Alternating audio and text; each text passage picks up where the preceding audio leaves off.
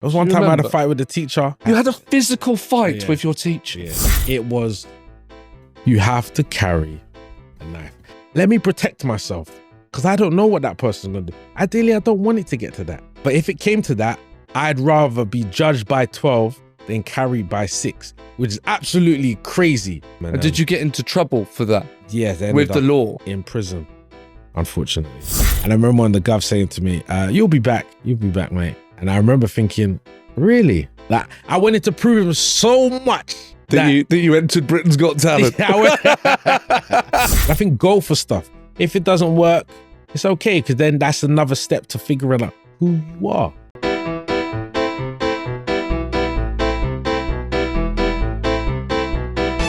Joining me today on Class Clown is the brilliant, hilarious and unstoppable AXEL Blake. He won over Simon Cowell and the entire nation by winning Britain's Got Talent in 2022, which led to him becoming a huge social media star. We get into everything from growing up as an unruly child in West London, dealing with ADHD, and how a stint in prison led to discovering comedy and becoming a viral sensation and talent show champion. So settle in. This is a fantastic chat. I enjoyed it very much. It's AXEL Blake. Before we crack on with today's Class Clown, a quick shout to our sponsor, Surfshark VPN, the app that keeps your online life secure, helps you save money and lets you access content from all over the world. I've got an exclusive offer coming up later in the show, and you can grab it right now by the link in the episode description. Okay, let's get back to the show. AXEL, welcome. Yes. Thank you for having me. Thank you for doing it. No worries. I'm just going to jump in straight in. Let's go. And ask you, you know the quote, you might know this, Aristotle said, give me a child until he's 7 and I will show you the foundations of the man. Wow. Yes. I've never heard that, but now I have. Yes, yeah, very profound. Mm-hmm. So AXEL at 7. Yes. Can Aristotle take a punt at who that kid's going to be at that point in your life? Yeah. He was a very unruly child. Okay. Very unruly. Didn't know what he was doing. In what way was he unruly? Sorry. Interrupt immediately. No, but in what, ways what of, are we talking about? In ways of not listening. You had to watch me. It was always, what you do? Get off that. Don't touch that. No. So if I was left in a room like this, something will get broken. Okay. Do you know what I mean? I know you. Yeah. You're that kid that when you come round, like your house when you're a kid, they have to pick everything up and look at it. Yes. But I know a lot. I know a few people. And you like don't want to leave the room because you're like, something's going to happen. Or you're going to hear, ah! That was me. And that was an issue. It's only looking back. There was clearly, looking back, is ADHD. Oh, okay. Is that diagnosed? Yes. Was that diagnosed then? Or was No, I was after school, actually. So very, very hyper. Yes. Lots of energy that maybe wasn't going in the right direction. I wouldn't say hyper. I was just like, I was very fidgety. I couldn't sit still, and I was all over the place. Okay. I suppose that is hyper, but it didn't. I'm picturing a certain kid in my mind who was hyper, kind of like Dennis the Menace, just all over. His name was Callum. No, you don't know him, so that's cool. That's fine. Hi, Callum. Shout out to Callum. Shout out to Callum. And like, that's what I'm picturing. So I'm not picturing me being hyper. It's just like fidgety or playing with my pencil case or having a rub in. Do you know that kind of thing? Absolutely. Tapping my feet. So So were you misbehaving at this point at such a young age? Yes, I would distract others around me. At 7, no. Okay, at 7, I don't really remember. I'm talking a bit later that's fine. But we'll get there. Yeah. But at 7, I was just being unruly to my younger brother, who was 3 years younger than me. Okay. So he would have been 4. And just, no, let's go here. No, pull that. And stand there. I'm going to kick the ball at you. That kind of thing. Okay. Yeah. Yes. And what was your childhood? As in looking at it, where did you grow up? So I grew up originally in Twickenham. And then Southwest London? No, that's actually West London. West London? Yeah. Excuse me. Yeah, Twickenham. I don't remember much. And then we moved to Acton. I was about 6. So my brother was 3. And we stayed there. Would you describe it as a nice childhood? Yes, I would. So mum, dad, married, younger brother, no other kids that my dad had that I know of. Nah, I know you didn't. And yeah, it was absolutely A fine. very happy Yeah. home life. Yeah, no arguing, no arguments. It's like, hi, Dad. Hi, Mom. Dinner's ready. Like, Right. Yeah, it was So nice. with this kind of fidgety, this hyper Mhm. energy, then did that end up getting you into trouble later on in school? Yes, a lot. Secondary school? Secondary and primary. I went to a private primary school, actually. A private primary school? Private. So primary your parents were paying for you to go to that? Yes. Wow. Yes. Why Yeah. did they do that? Do you know? I don't know. Was it... Were they stretched doing that? If you don't mind me asking, it's interesting to me. No, so they very much didn't talk about finances. It just was not spoken about. So I didn't know any better. You were protected from the money side of things. 100%. They didn't speak about money. They didn't show any of that. At primary school, I presume, correct me if I'm wrong, I presume you're not going to be aware that the school you're going to is slightly, unique, and that... I only knew due to conversations with my aunties and uncles and my cousin saying, oh, but you go to a private primary school. That's the only reason I knew. Right. I didn't know any different. Can you remember how that made you feel? And I don't mean, Yeah, I felt absolutely fine. I'm good with... Not smug? No, not at all. No, not smug. Because I know I'm not, but I didn't feel anything. I didn't feel, no. I didn't think, oh, that's different, or why are you mentioning that?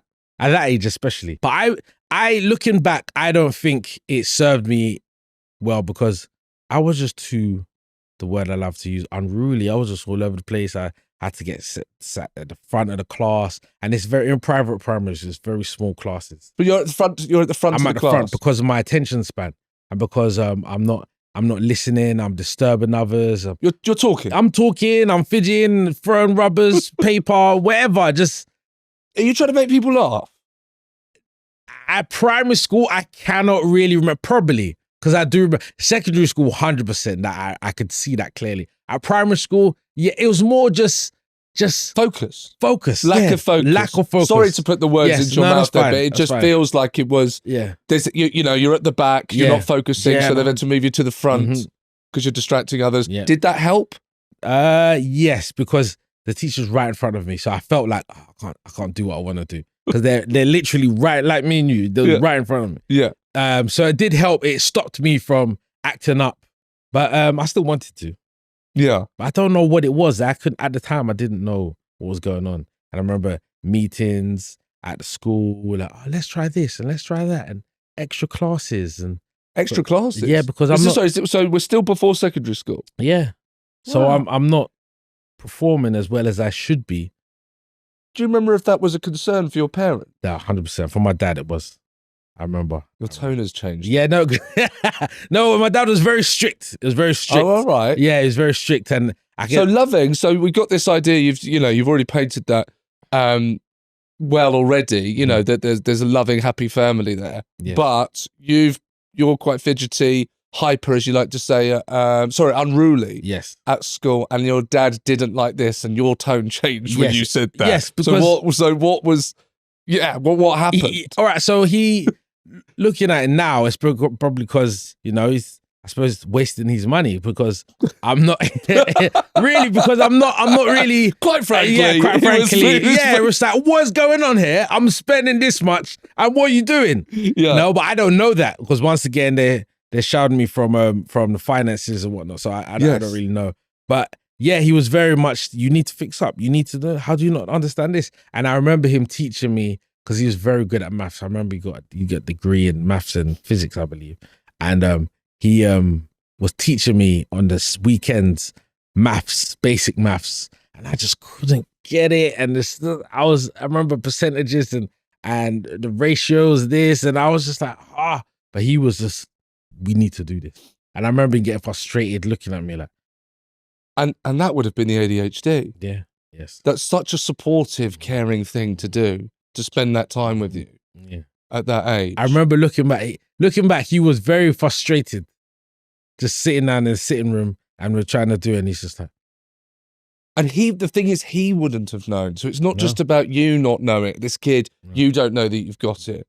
going into. And my brother's going fine. He's on the trajectory. He's fine. Yeah, he's 3 years younger. So there's like, okay, he's younger, but he's still absolutely, he's on point with school and he's doing what he needs to do. But me, I'm just right trying to burn my brother's finger in the toaster, which I did. What did you do? I put his finger in the toaster. I was like, oh yeah. Okay.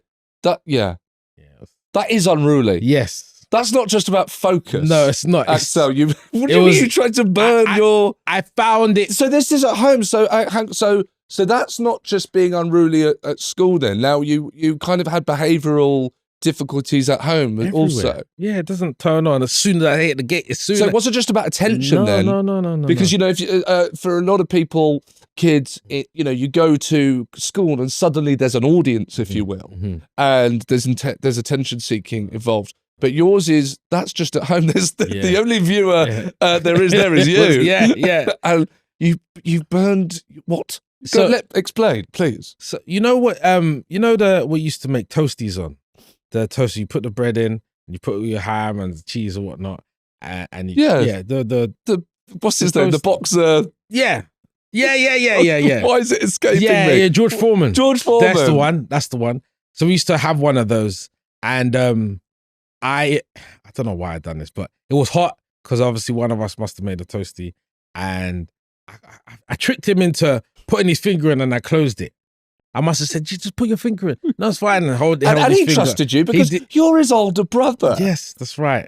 I used to find it funny. Imagine things that Dennis the Menace used to find funny. That's the kind of stuff I find funny. Well, yeah, Throwing you've said over the bridge. Unruly trouble, causing trouble. Literally. That was fun to me. That was funny. Yeah. Do you know what I mean? Like, I do. I know exactly what you mean. So that's what I would find entertaining at that age. Yes.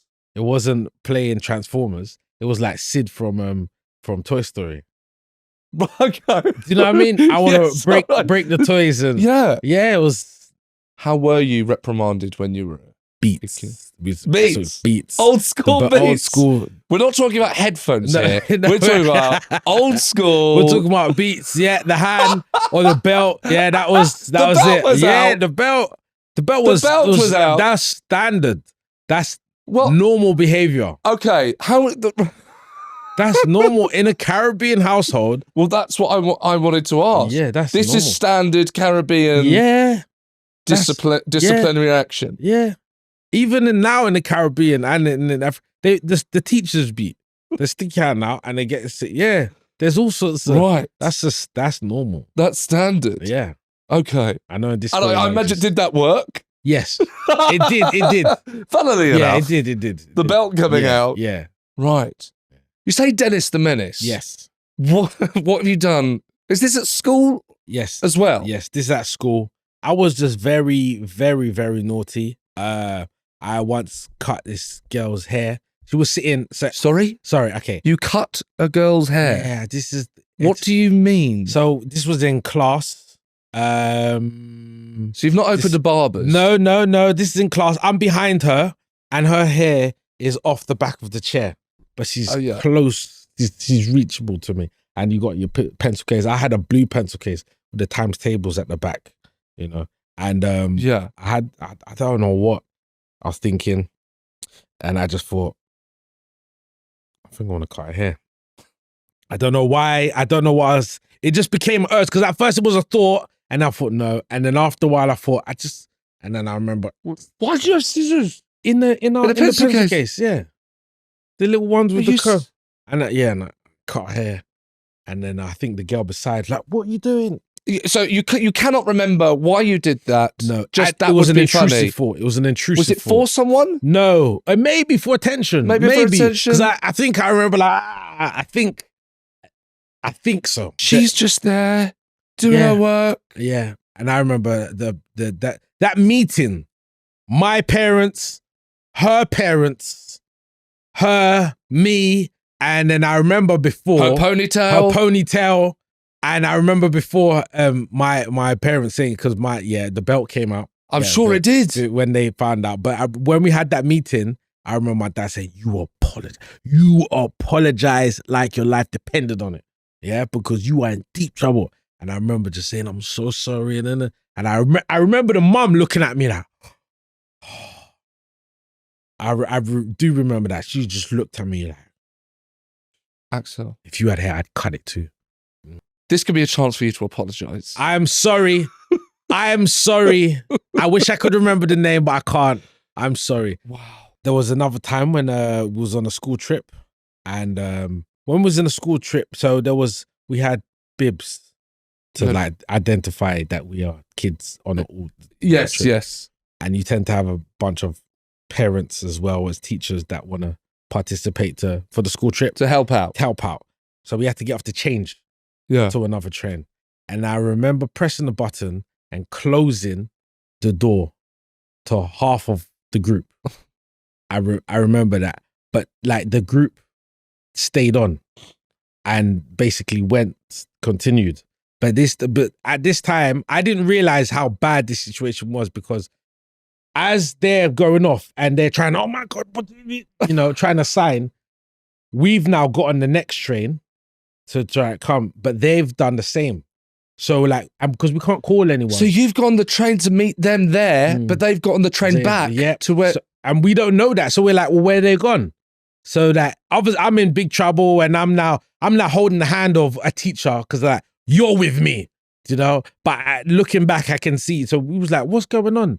And then we was trying to find, but we couldn't get reception. One of the teachers went upstairs to try and make the call, but obviously the other teachers are down in the underground. Yeah. So there's and anyways, the whole trip messed up, completely shambolic. Axel, didn't happen. At the beginning of talking about primary school and being a young boy, I think you said that it was just focus was your problem and that you were a bit unruly. Mm-hmm. I mean, no. You said no. No. Oh, right. You're cutting off girls' hair I know. and sending half a school to the next train station. Oh my God, what a handful. Yeah, I was a lot. Hey guys, quick break to tell you about today's sponsor, Surfshark VPN. If you're wondering what actually is a VPN, here's the simple version. A VPN is a tool that protects your online privacy by encrypting your internet connection, and it lets you change your virtual location so you can access content from different countries. Basically, more safety, more security, more stuff to watch. And going online without one is a bit like leaving the house with the door unlocked, which is, of course, madness. That's why I use Surfshark. I didn't bother with a VPN for years, but since I started using it a couple of months ago, it's been genuinely brilliant. One of the biggest perks is streaming. We all pay for multiple platforms, but half the shows we want aren't available in our country. With Surfshark, you can just change your virtual location and instantly unlock a bigger library. It's also great for saving money, especially on flights and travel deals, and you can install it on unlimited devices, phone, laptop, tablet, stick it on everything. Right, that's all you need to know. Here's the offer. Go to surfshark.com/classclown or use the code classclown at the checkout and you'll get an extra 4 months added to your plan for free. The link is in the episode description. It's just one tap and you're sorted. Okay, back to the show. And so you go into secondary school, and is secondary school private? No, they gave up then. What's that? What do you mean? That's how I picture it. What do you mean? I just felt like, I suppose I don't know what they were spending, but I took it as, second primary private school wasn't really working. Let's go to, And was your younger brother in the private school? Yeah. And he went to the same secondary school as you? No, he went to a more posher one. He went to one called Cardinal Vaughan. Very, very posh. One of my other cousins went there, and that's how he got in. We both went to boys' schools. I went to a boys' school called Gunnersbury. He went to Cardinal Vaughan. So all boys' school? Yeah. Unusual. Yes. It is very unusual. Yeah. I didn't know any better. I had no idea because all my cousins went to boys' schools. Yes. I suppose in primary school it was mixed, but yeah, secondary school, all I knew was this boys' school, rugby. Everyone wanted to fight each other. There's young kids with beards at the age of 12. Yeah, there was always that one. Yeah. Right. And you said that at secondary school is where, or you alluded to secondary school is where your kind of behaviour worsened. Yes. Well, it was more, then it's a different level of peer pressure now. It's more teenage peer pressure. Can I just go back? Because I don't want to forget this. Yeah. Please remind me that you're in the middle of telling me that. Did you experience or I suppose realize that there was a drop off from a paid school to now a state school, even though it was boys' school? Was there a difference in I know what you're saying. the children? Yes, there was. And did you notice it at the time? Because obviously now you could look back and say, of course, there was. I did notice it. I 100% noticed it. The attention. These kids have guns. I definitely noticed a change. That's amazing, by the way. That's really interesting to me that you noticed that then. What are you, 11? Yeah. Is that 11? Yeah, okay. Yeah, because a lot of the kids that went to the school, their parents were actors and journalists and all sorts of the primary school. Yeah. Cars that would, like, the chauffeurs that would pull up and wow. Yeah, not all the time, but just to even have a snippet of that, is quite unusual and exceptional. You just notice, expect that's the thing's driver, and that's this one's driver. It was different. But then going to the secondary, it was more like, it was almost like, I don't know, it was this. I suppose also bear in mind it was a boys' school, but there was very much protect yourself. Everyone wants to test their ego and their testosterone. Just at the age of 11. Yeah. I remember the first day, guy Ryan having a fight with her. And this is just the introduction. First day. And you don't get that. Was he looking school, at me? He was looking at me like this, and you're not a better footballer, and this, just kicked off.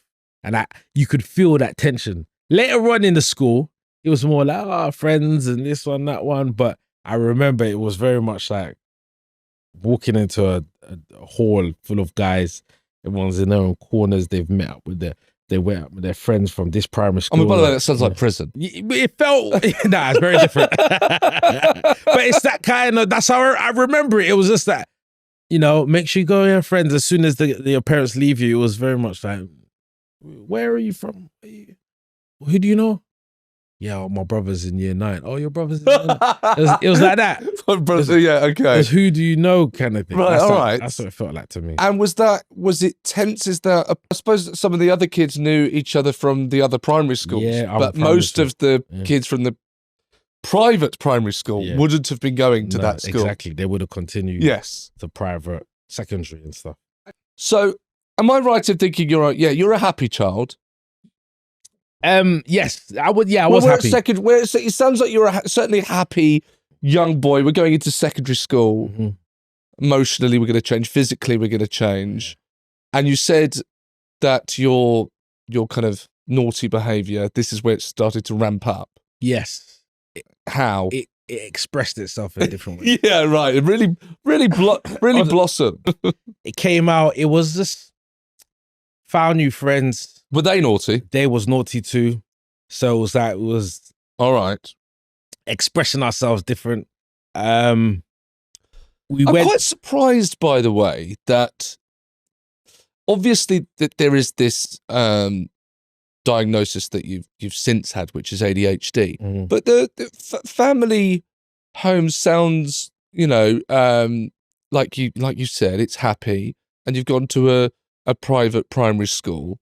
And so I suppose at this stage it feels slightly surprising that you're drawn to other naughty kids.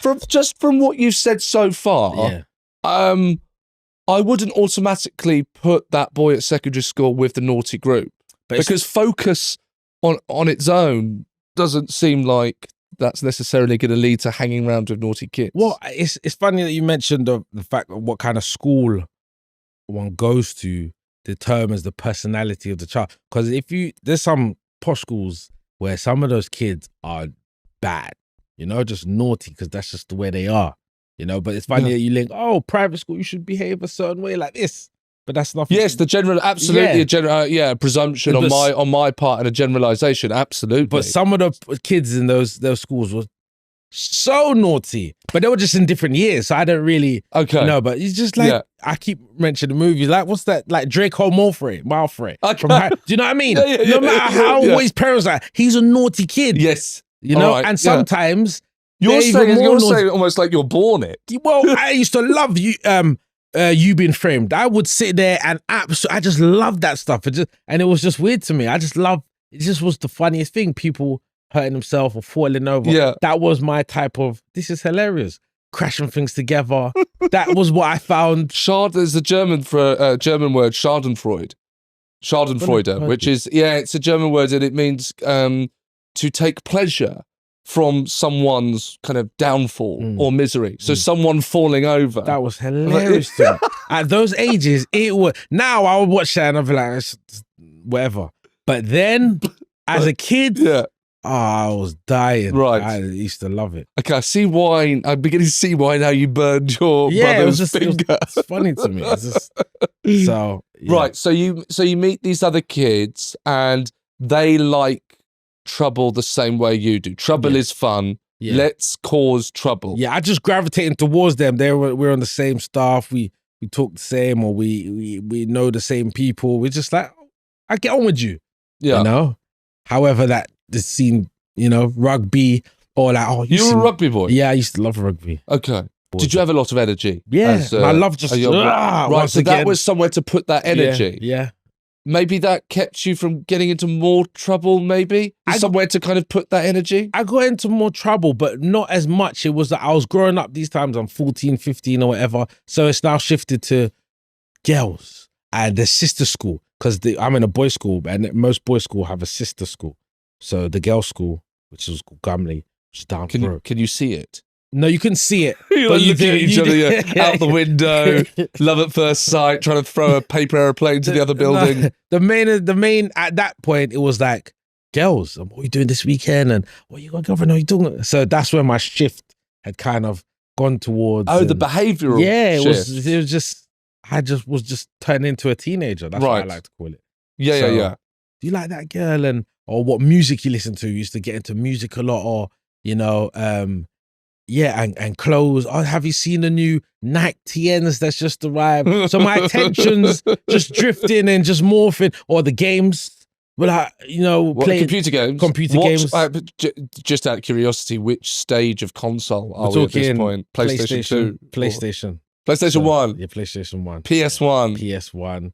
Playing Tomb Raider, Tekken, and then Tekken 1, 2, 3 came out, and Mortal Kombat. Right. Yeah, Street Charades was Sega. Yeah, that was Mega Drive. Me and my cousins would go around and we'd play that, and then one of my cousins got the Game Boy, then the Game Boy Color and Mario. Okay, yeah. So Sonic and that, yeah. So my shift, my attitude or my attention span was just diverting to other. Well, how about at school? How were you doing at secondary school? I'm lacking. I realize now, I cannot focus for long. So that's what it is. I can't focus for long. Some of my friends wanted to bunk to meet girls. So we'd bunk to meet girls. But I would say I was... And you were doing that? I was doing that. Oh, well, that's... I mean, again... and sorry for cutting you off, but, I think that... It might have felt normal at the time, but it's still... Not everyone bunked off. I would still suggest that was perhaps unusual behaviour. And I just mean unusual in the kind of most literal sense that that's not normal. No. To bunk off, and you're doing that, and by the sounds of it, that's not something that your dad is going to be 100%. Happy with if he finds out. Did he find out? Yeah, he did. Belt came out again. That I didn't bunk after that. Yeah. I want a montage that we put out, which is just you going, and then the belt came out again. Belt came out, yeah. Okay, but you don't seem to have been. It doesn't sound that was the belt enough to kind of shift your behaviour into being more, quite simply, being more well-behaved? Well, I suppose after a while I started to master my father's combat moves. So I'd know left, right, left. Go left, right, left, duck, scream, and then carry on. But I suppose I got more used to, and then I'm getting bigger, so I can handle it more, and it's just like, oh no, and then just he's finished now and carry on. I go and carry on to bunking school or whatever it is. Yeah. Or like, but it was very much attention and oh, my friends has got an issue. Oh yeah, there was another, I don't know if you remember, but other schools like, oh, that's this one from that school. I went like, what? Have you got an issue with that guy? Oh, come, let's meet them in the park and have it out, have a conversation, or us circle around and you lot. Wait. Okay. You're talking about school rivalries. Yeah. That's the kind of thing you were involved in. Yes. Is this not normal? Is this?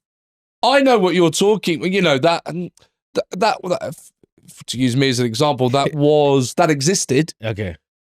But look, no, most people aren't actually part of that. I don't think. Yeah. And I think that you use the word unruly. Yes. And now that is very much, you are illustrating it a lot more now. That if you were part of, am I wrong to use the word gang? Yeah, I suppose the school kind of gang. There was a certain amount of us. We'd always meet up at lunchtime. We had our spot.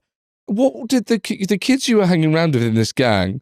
And I want to get to these school rivals, like meeting after school and stuff like that. Was there any sense, looking back then, of what these kids, yourself even, might go on to do with your lives? I know it's very young, but what was expected of the people you were hanging around with? We didn't think that far. It was just about who's the strongest, who's the coolest, who's the best footballer, who's the best rugby player, and that was it. We wasn't thinking about college. I think we picked what kind of college we're going to last minute. We didn't think ahead of. It was that the school was our world. That was our neighborhood. That was it. Fun. It was. Were you enjoying it? Yeah. If I could remember, yeah, it was fun. You had the friends and the laughter, and but it sounds like there's a lot of adrenaline to me. Yeah. And again, going back to that thrill seeking, there's quite a lot of adrenaline in bunking school, even though it's not got that, even though it's not kind of got an action, it's still not going to class. It's still wrong. So every minute that you're spent not at school is doing something wrong. I think that, to me, it sounds like there's an adrenaline to that. I'm more picturing peer pressure. Peer pressure, I remember, was very, very strong. It was like, what do you mean? Come on, you can't be. Oh, what, you're really not gonna leave him alone? He's not coming. No, guys, I'm coming. You wanted to be part. You wanted to be part of the club. Yes, that's what I remember, and I remember doing that to others as well. Like, come on, go on, just chat to her. Go on, fight him. You got a problem with him? Go on, man. That kind of thing. So, right. I'm more picturing not adrenaline, but peer pressure, and like it's just cool. It's just. Everything was about being cool. Okay. And what we determined cool was who spoke to the most girls, got the girl's number. Because I remember there was a phase, that's all it was about. And at that time, it's Nokia 3210. Nokia 3210. Okay. Yeah, and 3310. 3310, yeah. And then the faces, I can't remember which one that was. You changed the face. But that's the cases. Yeah. That's all it was about. Who's the strongest? Who had the latest trainers? Who had the coolest Nike bag? There was one that we used to have, this Nike string bags. Well, I remember them. Yeah. Yeah. And there was the latest colors. And, we used to have our ties short, like to stand out, to say like, I'm cool. Your shirt couldn't be tucked in. Right. It was like certain things that we done. It was like, and that was it. That was peer pressure. And if you wasn't part of that, it's like, look at him. That kind of attitude. And well, with that, there must have been some adrenaline in if you're meeting boys from other schools to start fights. Yes. Surely there's an adrenaline. Yes. And you're saying it wasn't your decision necessarily, it wasn't necessarily you that wanted to do that, but you felt peer pressured into. Well, no, we've been taught there's a code. This is the code of our friends. If a friend's got an issue, we as our 10 of us that we've gathered and been friends since year 7, 8, 9 or whatever, we protect our friend, or we have rules of, like I said, we all have to wear the latest kicks because that's what we do. Okay. So it isn't a gang mentality. It sounded very important. You're 100%. That was life. That was everything at the time. That's all we cared about. Yeah. You know what I mean? But looking back, it's like, it's nothing. But at the time, it was like, we have to. And were you trying to make these friends in your gang laugh? Were you the clown of? Yes. You were the I clown was. of this group. Yeah, there was others. And were they also in your classes at school? Yes, some classes, because some classes we had different sets. So you might be set 1, set 2. Where set were you 3, in the sets? I generally? was bottom. All of them. All of them bottom. Every single one, apart from art. Well, that's okay. Yeah. And We'll and I want to DT. get and DT. Yeah. Okay, both very creative. Yes. Was there not a shame with being at the bottom for all of them? Did you? It was kind of cool. That's sounds weird. No, I Because- understand. I understand. Yeah. Well, you've made it clear as to why that would be. Yeah. It was okay. It was, in a way, it was. Was cool. it like working hard was uncool? Yeah, because it's like, Getting good grades was uncool. I think so. It was like, you're the word we used to use was neaky, which is a slang word for geeky. Oh, like, doing all your homework, right? Are you on time? Is it? You know? Yeah, you've done all your coursework, have you? Right. That kind of thing. By the way, I'm going to imagine that being in the bottom sets at secondary school that you saw your dad's belt again. 100%. 100%. But after once you're in that set, you're in that set, you know? So he just get to the next. Because you could jump up if you worked hard, but I just couldn't understand it. I was also in the bottom sets at school. So I obviously we went to different schools and you went to all boys. Yes. But I can quite vividly picture bottom sets. And if yours was anything like mine, there essentially wasn't a class. No. It was kind of that door shut and it's a jungle. It's a jungle and the teacher couldn't. Yeah. She kind of gave up. She's just doing what she needs to do to get to the end of the lesson, the period. But yeah. Would you say you were impossible at secondary school to control? Yes, looking back, yes. But remember, I'm going through things and I don't even realize. I found it hard to read, because of the dyslexia. Oh, right. You didn't say. Yeah, I didn't. Dyslexic as well. Yeah. Dyslexic, ADHD. So, all right, difficult to read, hard to focus. It was just a lot going on. But I just became like, this is me. What it is. We'll see what happens in the future. There was a point where I thought, what's going to happen when I leave school? Probably year 11, the last moment. I'm like, what am I going to do? But I remember going to the same college that my friends went to. We was like, what are we going to do? Let's all go to the same college. So we done that. Okay. Yeah. Because we wasn't leaving our gang. So his friendship was quite important. Yeah. Yeah, looking back, it was everything. Yeah. It meant you meet each other, you're with each other more than you with your family at the time. The hours you're with your friends on your way back home, then you're on the phone to them, or they might come around to yours, play some game. Then on the weekends you're with them.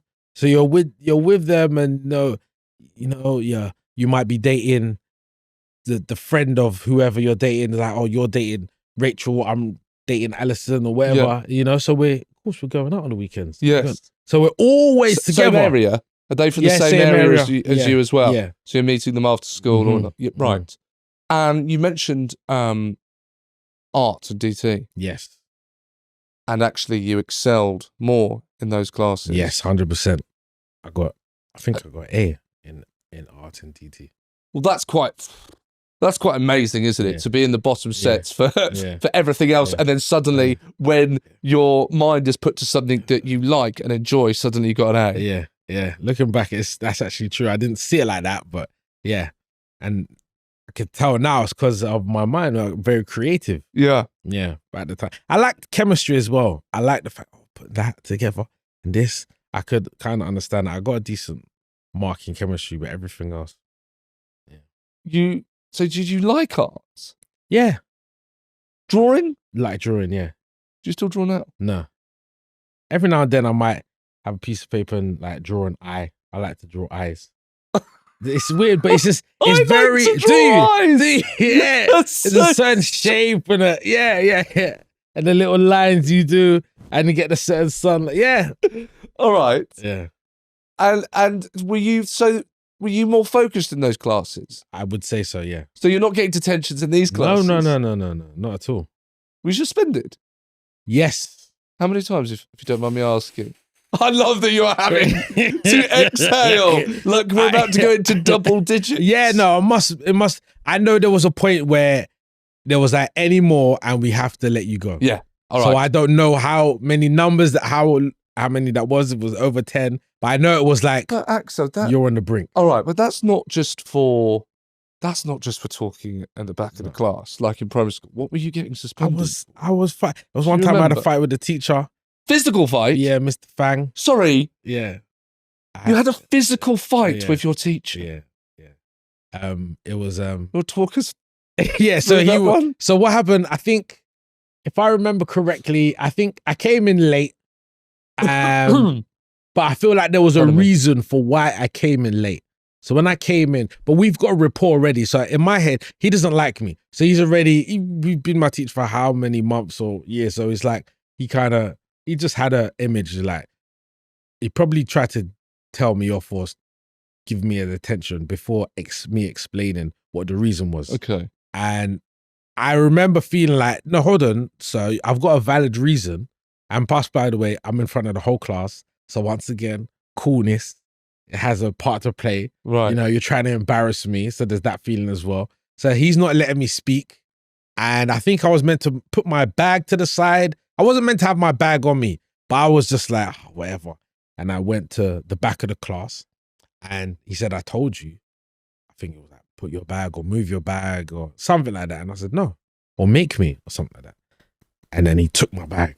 He grabbed it. And then I grabbed my bag before. And I went, give my bag. And he's like, you what? And then I went, kicked him. Oh, and he got up and in my face. And I said, what? And then I pushed him. And then I remember him wanting to hit me, but he didn't. And then I think I hit him, but I can't remember. But I remember I booted him in his stomach. Wow.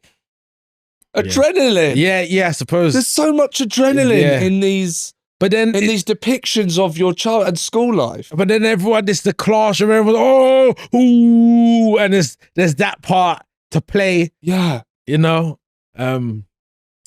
Well, when you come into the class, you know, you talk about kind of not being embarrassed, not wanting to be embarrassed, and being cool. So you loved attention. That's a yeah, I did.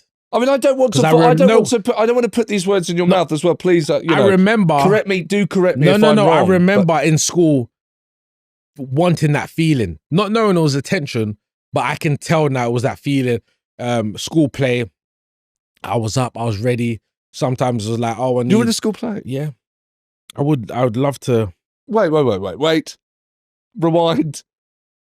How did that go down with your friends then? Because again, generalizing, and I do it. That doesn't sound like the gangster thing to do, is to go and then be in the play. I just remembered that was primary school. That's why. At primary school, you're in the play. Yeah, but I remember this was near the end. I remember. Wow, so 10. Yeah, those ages. So all right, so 3 years from 7, you're in a school play. So Aristotle at that point. Yeah. Actually, if we go back to that quote. Yeah. We're not too far off a 7-year-old boy then going to be in the school play. I remember it was a talent show as well. There was a talent show and I was preparing. I was ready. I'd done a dance to MC Hammer. Can't Touch This. I remember. And I was loving it. But yeah, so I confused. I confused the school play with secondary, but it was primary. Oh, don't worry. I mean, look, it's difficult going back and reflecting over your life like this from so long ago. Absolutely. So MC Hammer. Yeah, I remember. You wanted to be MC Hammer. Yeah. I loved it. I used to love dance and getting attention. And what about comedy? That wasn't even in my brain then. But I suppose I liked it, but I didn't know it was comedy because I liked making people laugh. So I'd add a little flair to the dance or an element of surprise where it's like, oh, I didn't expect that coming. Like walking off the stage and then coming back. So they didn't think that I was about to leave or, that I was about to leave, but I came back. Yeah. Element of surprise, things like that. Yes. I used to love that. So there was some theatrics there. 100%. That came naturally to you, not your parents. These aren't coming from your parents, you don't think? No. What about this kind of things you were watching? Were you a family that sat round the living room and watched telly together? Caribbean, you say? Yes. Your parents are Caribbean. Yeah. So Are you watching English television? Yes. Saturday night television? Yeah, all entertainment of that. Yeah, shows? Yeah. I remember Man Oh Man, Blind Date. Barrymore? Yeah. Yes, Barrymore. What's the one with Chris Tarrant? Stars in Her Eyes? Oh, Stars in Her Eyes as well. Stars? No. One, he done the Who Wants to Be a Millionaire? Yeah. Yeah. All of that. Did you watch Stars in Your Eyes? Yeah. Stars in Her Eyes. Yeah. Okay. Tonight, Matthew. Yeah. Yeah. Yeah, I remember. So we watched all of that. And can you remember looking at that again? I don't think that. I just remembered I was just watching TV. Okay. Yeah. All right, no, and absolutely, Yeah. that's fine. Yeah. But MC Hammer, you then, when there was a talent show, Yeah. I was like, I'm up for it. you are going to reenact that. Yeah, I'm going to reenact. Tonight, but if you can get up. No. So was there a play? Was there, what about, well, sorry, I'm getting very excited. It's fine.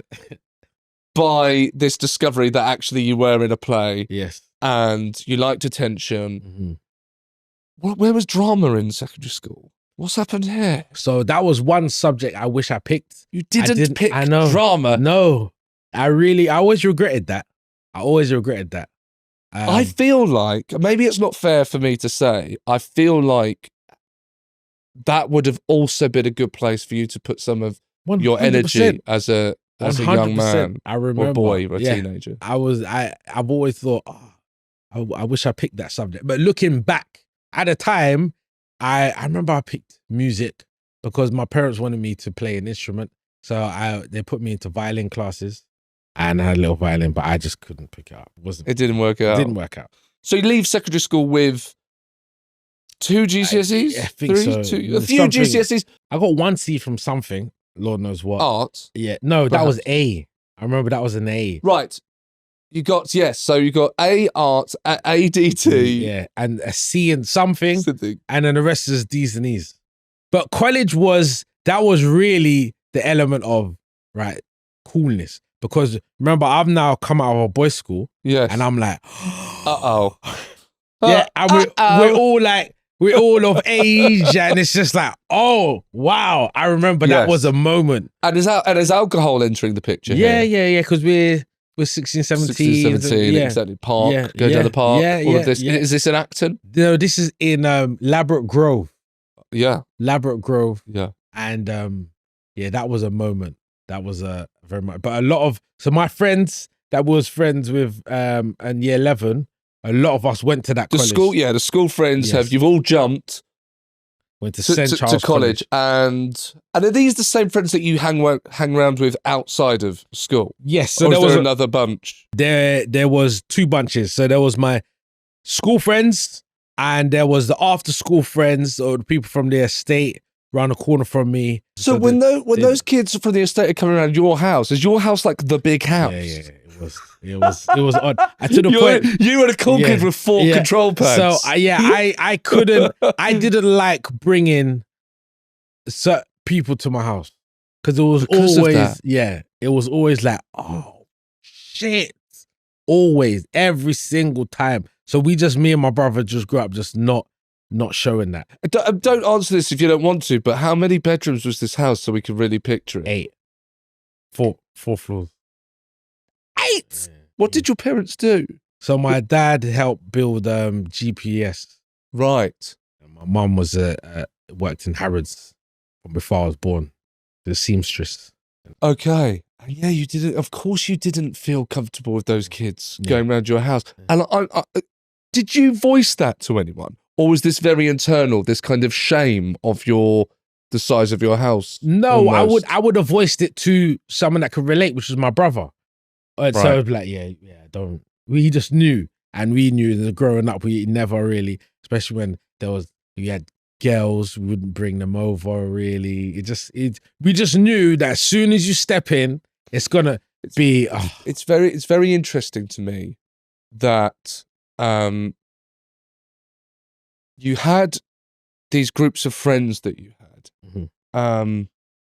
that you related to in some way, that you would all rally together to kind of cause trouble and seek attention and compete as to who was the coolest and whatnot. But there was something that was different about you, which was that you had been to But that's my parents. That's nothing to do with me. Well, the house but the world that you grew up in, the fact that you're saying, the fact that you weren't particularly comfortable with them going around the house immediately signals to me that there is a difference here. Yeah. And the reason I say this, by the way, is to get to this point. I've watched your stand-up and I loved it. And it's really funny. Thank you. And one thing that I took away from it, which I really enjoyed, is it's very much you. It comes to illustrating again, but drawing the world that you see, you seem to be able to see the funny in the world. Yes. Right around you. I think I could just drop you anywhere in London and just say, just people watch for the whole day and then come back, and you would be able to extract the funny out of the everyday, right? This is what we're getting to. And that comes, and this isn't my point, this is almost cliche, from being the outsider looking in, right? And I do propose this to you, that comes from you actually being, and I know you say, well, that's my parents, that's not me, but you are a product of your parents. Yeah. And I would propose that actually you will have got that from your childhood, and that comes from your childhood, and that comes from actually being on the outside, looking in. You weren't ever quite fully in that. Yeah. Yes. I know it's a lot to take. I would see. We're just having this chat, and I go, I'm chucking this at you. But do you think there's anything in that? I see. I'd love for you to just go, no, you are completely wrong. No, from the outside looking in, I understand that because I've had that growing up. But I wouldn't say, I don't know, because I did have a few friends that lived the same lifestyle. Not a lot. Yeah. Because the probability there was more. But that I could relate to. But it was just I took the kids for how their personality, not what their parents done. Yeah. Absolutely. So there's no judgment. Yeah. But the outlook, looking in from the out, that makes sense in terms of the comedy, because it's like, I can look at something and be like, oh. But then again, what I'm saying is whatever joke I've created, I'm saying that to the public, which come from all sorts of backgrounds. Yeah. So it's like, am I out from the outside? Because the people in the audience, we don't know where they're from. They could also be from the outside, but a lot of them could not be. So it's like, how am I relating to them with this joke that they're all laughing at, where they all come from different backgrounds? Well, I think that the reason that they can't find it, only you can find it through being on the outside. You find it from being on the outside. You spot that actually it is alien and it is strange that we all do this. To be able to spot that, you have to be on the outside. And then you, the joke teller, relay that back to them. You hold the mirror up to them and then they laugh. But you have to be on the outside to spot. You have to be an alien to go. I mean, I just looked today. I looked at that. You just talking about the bicycles and the cycling. Do you know the bit I mean? Yeah. And you could very easily be with someone that wouldn't find the funny in that. Yes.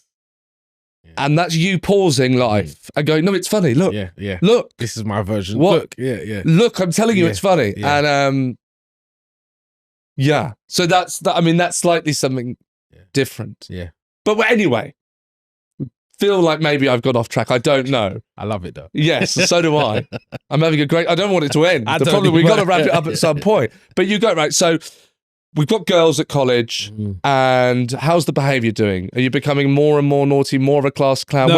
Where is this leading, Axel? Because I have to say, where we are so far, it doesn't look good. Yeah, so the behaviour is changing.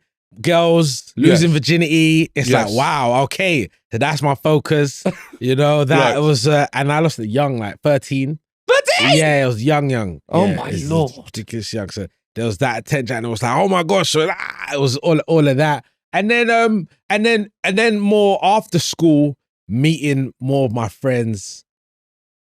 Well, we kind of drifted from school to college. So not all the friends was able to go to college. Some of them went this way, that way, or my parents are moving things, or all of that kind of stuff. But like, we kind of just drifted, and like, this one's got a girlfriend, this one, you know, so it just kind of broke apart. As you get older, being troublesome and misbehaving becomes more problematic because at school, that can mean detention, all right, which is fine, and everyone gets that. And then it could mean, like, you know, being suspended. And then, like you've told us, there's actually the threat of full being excluded, fully excluded from, kicked out of school, which is quite heavy, really. But now, if you're, you know, we're now in college and leaving college and you're becoming a man. Did you guys ever get in trouble with the police? Yes. You know, the trouble's now coming onto the street. Yes. So what's happening now, when we've broken away from the friends from school, I'm now more hanging with, some of the college friends, but more my friends from the States, because the other friends have kind of broken off and they're gone elsewhere. So I'm more hanging with my friends from the States, but they're a different kettle of fish compared to the 10 friends I had in school. You know, the ones in the States, it was very different. And then it very quickly became, it was like the friends in school, but very much more harsher. It was very much gang, very much same thing, territory of other schools, but it was more territory of areas now. Now, this is something I don't understand. This sounds like you're talking about kind of like almost like a gangster film, almost. It's literally, it was like, it got serious. Newspapers, knives, very much so. So weapons. Do you know what? It was weird because this is one thing. So when I was younger, once again, peer pressure. It was, you have to carry a knife.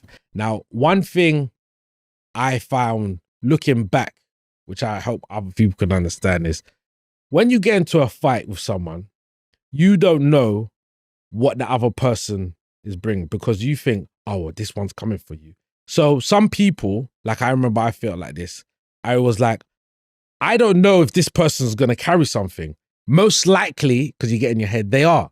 So just to protect myself, let me carry something. Well, in all fairness, you just want a fist fight. But I have no idea. It's not I can call them, hey, mate, are you bringing anything? All right, cool, I'll see you in 10 minutes. It's like, let me just, to be safe, to protect myself. And then what I've seen escalate is now they're doing the same thing. So now both of you now, but then when you're fighting and then that range comes through, then they're like, oh yes, I'm losing here. Oh, there's that thing I've had on me, you know? And that's where I've seen it go wrong. But you shouldn't carry it in the first place. But what I've seen is that it doesn't come from, it's like, I don't know. It's like if I said someone's in your house, the first thing you do is maybe bring a bat, because you're like, I don't know what this person's got on me. You're just trying to protect yourself. So most people, when you see in the movies, they go downstairs, they pick something up. And it's out of, I don't know what they've got. I don't know what's happening here. Let me protect. And it's the same with that guy. Let me protect myself, because I don't know what that person's going to do. Ideally, I don't want it to get to that. But I have no idea how angry this person is. And a saying that I've heard someone say is, I'd rather, if it came to that, I'd rather be judged by 12 than carried by 6, which is absolutely crazy. Because like at the end of the day, I don't even want it to get to that. But I'd much rather to be judged by 12 people, understand, than carried by 6 of my friends. Which is, when you get into the psychology, it's like, what? But looking back, it's like, but I just remember feeling like, this is true. You have to, it meant everything. Just like the same mentality of in school. This is all my life. This is the community. This is it. My friends. And then when you get older, the area, this is all I know. But it's that I 100% know, listening to other kids, seeing their logic, it's come from, I'm scared. And I don't know what that person's going to do. So I need to protect myself. Just like if someone broke into my house, I need to protect myself.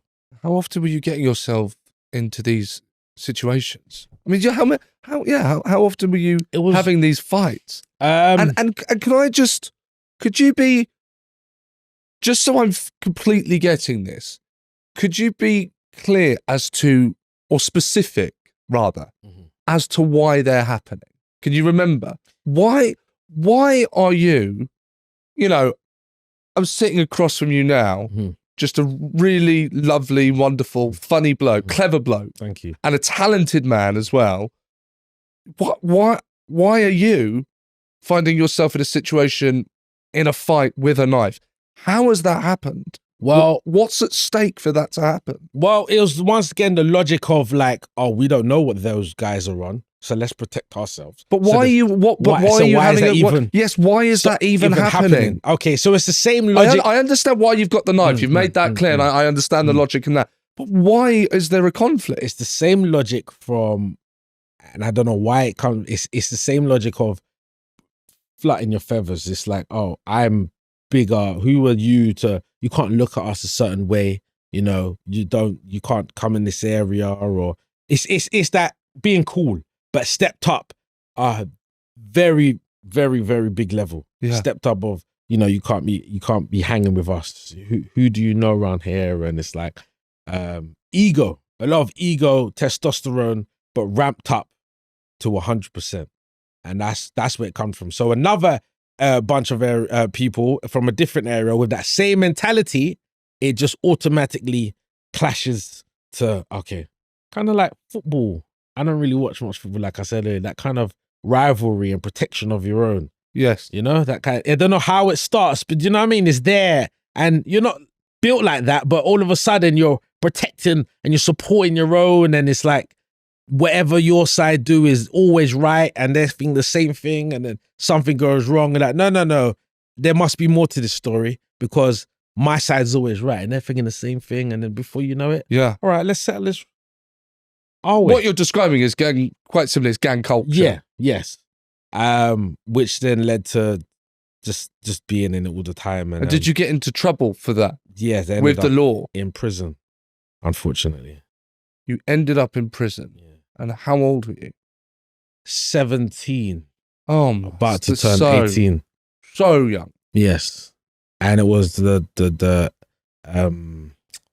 charge was a fray, and it was once again rivalry, gang violence, and someone in whatever my friends was carrying something, and then once again there, and then it just became a big clash. And a bunch of you were arrested. Yeah, and this was on the bus. We was on the bus, and then another group got on the bus. We're like, what are you doing here? And it just went, but there's obviously the CCTV everywhere. And in that kind of culture, it's like you don't snitch. So obviously, everyone's been arrested. It's like, well, who's this and who's that? And why is that person bleeding? And then like, I don't know. And then you just get sent down. And yeah. And how long were you sent down? It was 1 year. And in that time, did you put any thought into what you were going to do with your life when you got out? Yeah, so at that moment, because it feels quite far away from the stand-up comedian AXEL Blake right now. Yeah, so I was like, what am I doing it? Because I was like I said, when I was with my friends, I'm always a joker and a class clown and still having fun. But when it came to right, switch on, this one's, you know, disrespecting. Or I remember one time one of my friends, another person from another state, he had a dog and he just ripped out his whole calf. He set the dog in him when he was alone. And so we had to retaliate and go to that. So it's that kind of thing. And it's like, well, what are you doing that to our friend for? But apparently he done something else before. But obviously we're like, we don't care about that. We just care about, so it's that kind of stuff. So it's just that kind of retaliation. But then I just inside, I thought like, what am I doing? And it was a big wake up call. One, when time of reflection. Yes, 100%. And to see other people in there that had like no chance in their mindset and their mentality, and not seeing anyone like that, because a lot of that, the people in there was so more unruly than I ever was. It made me realize like, oh, I've got hope. And I can see for you, there's never been hope. Even like my life and like growing up, like there's hope there. Yeah. You know, and it's like, I don't need to, and even the friends at the time, it just made me open my eyes and I need to fix up. I need to change. When I come out, I just need to just be a better person. Seeing my parents come see me. I remember my mom crying and crying, you know, my dad just tears in his eyes. My little brother was there just, you know, and it's just, it was just, it made me think, what the hell is this? At least your dad couldn't get you with the belt. Exactly. He through couldn't. So it was a big eye opener. And I remember leaving. I remember one of the govs, because we call them govs, the guards. Yeah. We call them govs or screws. That was the nickname. And I remember one of the govs saying to me, you'll be back. You'll be back, mate. You'll be back. And I remember thinking, really? Like, I wanted to prove him so much that you entered Britain's Got Talent. I wanted to prove so much. I was like, I would never. And I remember I never let any of my friends know that I was out. I met my partner, because my partner was still with me at the time because I had a girlfriend. And then I just didn't let anyone know. And because usually you hear, because other friends of mine in that period of time had been in. They, oh, you know, things are, oh my gosh. It was that kind of thing. So when another friend came out of prison, you'd be like, oh my gosh, things just out today. But I didn't let anyone know. I just kept myself to myself.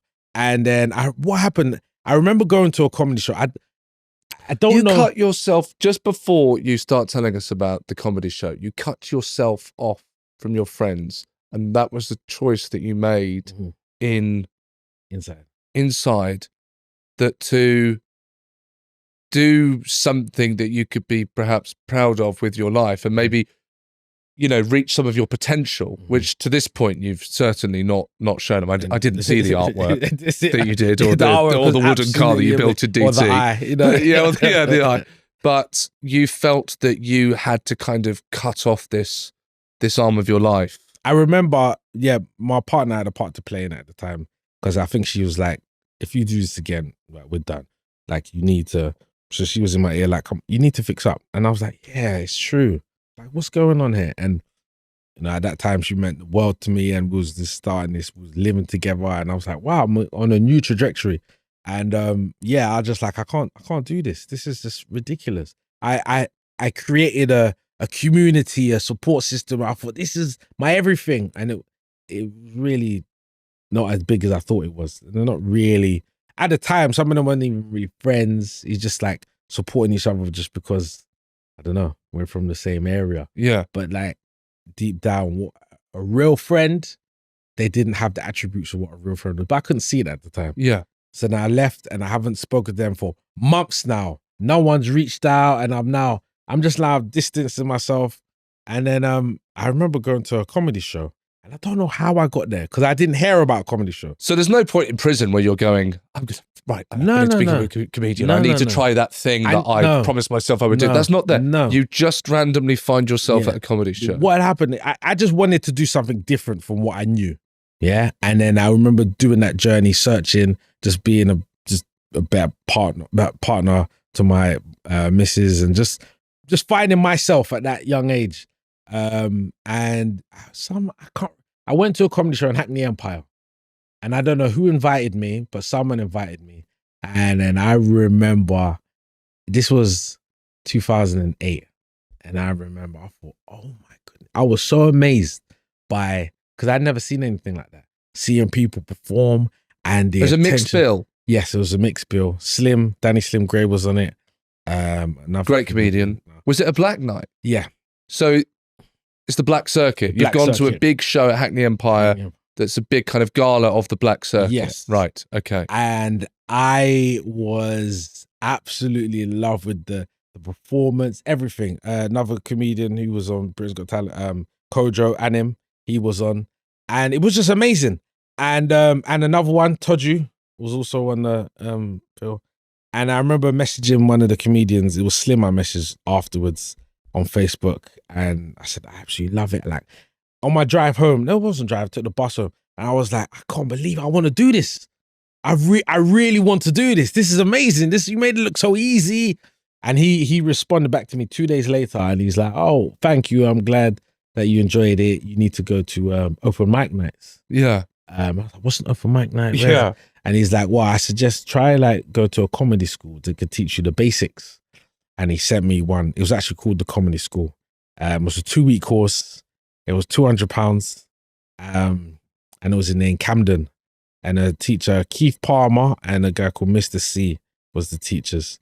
And that's where I kind of picked up the skills. But it's funny because when I was in that class, because a lot of people that was in that class was to do like scripts for their, what do you call it? For their best man. Oh, your best man speech and stuff like that. Public speaking. Public speaking. Yeah. But they wanted a funny speech. Sure. So they went to that course. But there's some people that wanted to be comedians, but some people were just prepping for their best man speech. Yes. So I'm there, 2-week course, learning. And what I realized is some of the basics, the fundamentals, I had already knew. So when the teacher's like, about setup, delivery, and punchline, and ad-libs, I'm like, well, yeah, of course you did. It just seemed normal to me. I was like, well, of course. But I remember everyone was like, oh, delivery. And I was thinking, that's how you say a joke. But you instinctively knew that from your time attention seeking and making all of your friends laugh. Yes. That it became a kind of natural language for you to be able to instinctively do that. Yes. I didn't know the name of what it was called, but I understood the setup and punchline and delivery and pausing. I remember one time in school, I'm jumping back, the teacher called me out. There was a teacher, everyone liked, Miss Brady, and she called me out for something. I can't remember what it was for. And anyways, when I came back in, what I'd done outside, I undone my shirt, I unruffled my tie, I took my bag off, I took the blazer off, and I ran in like, and I remember the whole class, because I was just coming to say like, I had an amazing time with Miss Brady, but it was just, I remember thinking, oh, this is going to be absolute. This is going to storm it. Yeah. And I remember it clear as day. I had one shoe off, I proper dedicated, and I remember coming, and the whole class erupted. And I remember it was an English lesson. You're essentially writing bits before you go in, preparing them and going in and then making the audience laugh. I think I know what that sounds like. Axel, that's absolutely amazing. Before we go, I would just say, it seems pretty clear what kind of rock bottom was. It must have been in jail. That was the pivot moment. That was the like, I can do better. Yeah. Put your energy somewhere, do something. Well, that brings me to this question, which is to anyone watching this that perhaps finds themselves in their own rock bottom. Mm-hmm. What would it be, after everything that you've been through and seen, what would you say to them that might give them a glimmer of hope to go on and reach their potential or go on a kind of amazing adventure in life? I would say figure out yourself, who you are, because it took me going inside to realize, a bit more, to look within myself, because I had no time to do anything else. So you have to kind of figure out all these actions and things that was going on growing up was like a doorway to revealing what kind of person I was or who I am. But I never had the time to look because I was too focused in peer pressure and this means that, which is not a real perfect description of who I am. I had no time to really look within. And then I had the time to really look within myself. So you have to find who you are. And then once you figure out who you are, then you know your next step to, okay, now I know who I am and what I like. I'm adventurous. I'm introverted. I like this. Then you could then take your next step. Oh, let me try this. And I think go for stuff. If it doesn't work, it's okay, because then that's another step to figuring out who you are. So that's what I done. I took the leap because I was very scared of doing that comedy show, but I didn't really have the money, but I thought, go for it. Let's see what happens. So, but it's because I had more of an understanding of who I was then. Yes. I felt like a pull towards, something's here. Let me go towards that. So figure out who you are. And then once you know who you are, you could take the next step to the doorway that shines the most. It has been a pleasure, an absolute pleasure getting to know who you are. Thank you. Axel, thank you so much. Thank you very much.